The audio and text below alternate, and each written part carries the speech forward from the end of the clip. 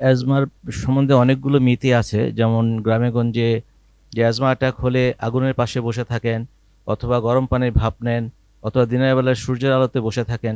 তো এতে হয় কি অ্যাজমার সম্বন্ধে অনেকগুলো মিথই আছে। যেমন গ্রামে-গঞ্জে যারা অ্যাজমা পেশেন্ট আছেন তাদের একটা ধারণা হয়েছে যে অ্যাজমাকে যদি চিকিৎসা দিয়ে কন্ট্রোল করা হয় তাহলে সারা জীবনই এই চিকিৎসাকে নিতে হবে।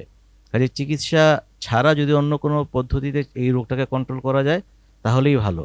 এবং এটা করতে গিয়ে ওনারা যেটা করেন যে অ্যাজমা অ্যাটাক হলে আগুনের পাশে বসে থাকেন অথবা গরম পানির ভাপ নেন অথবা দিনের বেলায় সূর্যের আলোতে বসে থাকেন। তো এতে হয় কি যে অ্যাজমা তো আসলে একটা type 1 hypersensitivity reaction antigen অ্যান্টিবডির কারণে হয়ে থাকে। যখন বিক্রিয়াটা শেষ হয়ে যায় তখন কিন্তু অ্যাজমা এমনি অনেকখানি কমে যায়। তো ওনারা এটাকে চিকিৎসার একটা অংশ হিসেবে মনে করেন, যার কারণে যদি কখনো সিভিয়ার অ্যাকুট অ্যাজমা আক্রান্ত হন তখন এই প্রক্রিয়াগুলো কন্টিনিউ করলে কিন্তু রোগী অবশ্যই মৃত্যুর দিকে এগিয়ে যাবেন। কাজেই আমরা আমরা আজকের এই অনুষ্ঠানের মাধ্যমে দর্শকদেরকে আমি এটা বলতে চাই যে অ্যাজমা রোগীকে অবশ্যই এইসব কনসেপ্ট থেকে বেরিয়ে এসে আমাদের বিজ্ঞানসম্মত যে চিকিৎসাগুলো আছে সেটার শরণাপন্ন হতে হবে।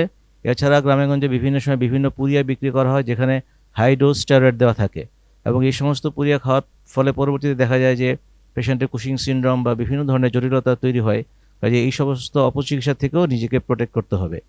আর যেহেতু আজকের অনুষ্ঠানে আমরা আমরা জিনার যে কনসেপ্টটা পেয়েছি যে এই মুহূর্তে দরকার হাতের নাগালে প্রদাহ বিরোধী ইনহেলার।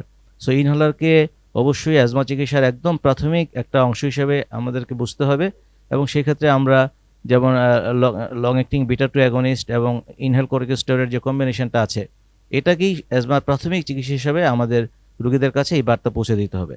তাহলে আমরা পেশেন্টদেরকে এই মিথ থেকেও প্রোটেক্ট করতে পারবো, প্লাস ওনাদের চিকিৎসাটাও অনেকখানি এগিয়ে যাবে।